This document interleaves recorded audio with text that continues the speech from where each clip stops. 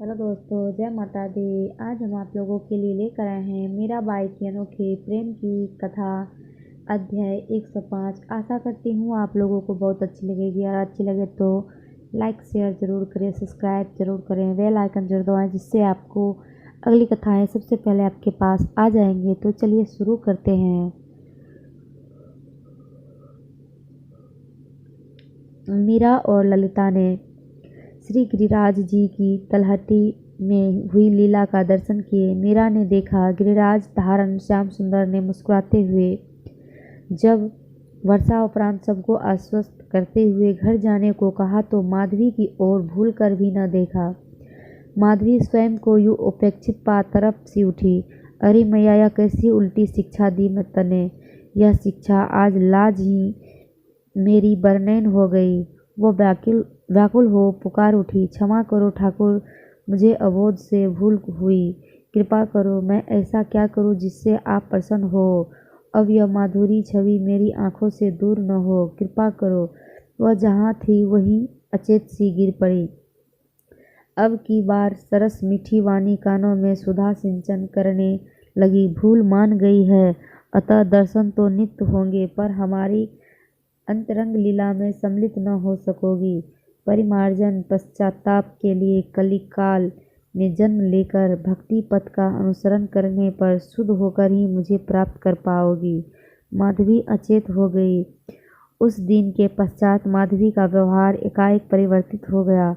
अब नित्य प्रातः शाम मुरली रव कानों में पड़ते ही अटारी पर चढ़ जाती, पुष्प वर्षा करती, सखियों के संग जा जाकर लीला स्थलियों के दर्शन करती और उनकी बातें ध्यान से सुनती।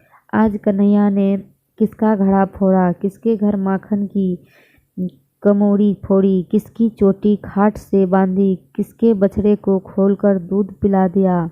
इन विविध लीलाओं को सुन सुन करके अकेले में आंसू बहाती, सोचती, मैं भी तो सबके साथ ही रहती हूँ, परंतु मेरी मटकी को हाथ तक भी नहीं लगाया, कभी मुझे चिढ़ाया भी नहीं, और तो और कभी मेरी ओर ठीक से देखा तक नहीं। उसकी सास बार बार पूछती, कोई मांदगी लगी है क्या बहू, कभी दुखता है बेटी, तू ठीक से कुछ खाती पीती भी नहीं। पीहर की मैया की याद आ रही हो तो कुछ दिन वहाँ हो आ लाली। माधवी ने तुरंत उत्तर दिया, ना मैया, मैं को पीहर ना जाने, मैं तो स्वस्थ हूँ मैया, आप कुछ चिंता मत करो। मीठा बोल सास को तो समझा लेती, पर उसका हृदय ही जानता कि जिसकी मधुर छवि उसके मन प्राण में अटकी है, उसकी अपेक्षा, उसकी विमुखता को सहन करने में वह किस कष्ट में जी रही है। भीतर ही भीतर जैसे वह घुलती सी जा रही थी। ऐसे में उनके प्राणधारी की चर्चा ही उसके प्राणों का आधार थी। गृह कार्यों से निवृत्त हो वह पद सेवा के निस अपने पति सुंदर के चरणों को गोद में लेकर बैठ जाती और धीरे से कोई चर्चा चला देती। आज आपके सखा और आप, बस उसके लिए इतना संकेत ही पर्याप्त था। वज्र में तो सभी कृष्ण चर्चा, कृष्ण गुणगान के व्यसनी है। चर्चा आरंभ हुई तो दोनों इतने निमग्न कि रात्रि कब बीती दोनों ही जान नहीं पाते। भोर होने पर ताम्रचूंड की बांग की उन्हें सचेत करती। दिन बीत रहे थे इसी प्रकार, और एक दिन वज्रपात हुआ। वृंदावन में तो जैसे सबके पांव तले धरती ही खिसक गई हो। पता लगा कि मथुरा से अक्रूर श्री कृष्ण को लिवाने आया है। श्री राधा रानी तो ठाकुर के लिए माला गूंथ कर यमुना किनारे प्रतीक्षारत थी। कृष्ण के मथुरा गमन जाने का सुन उसकी अंतरंग सखियों की स्थिति तो कहाँ तक वर्णन करे। श्री राधा रानी को कौन कैसे बताए।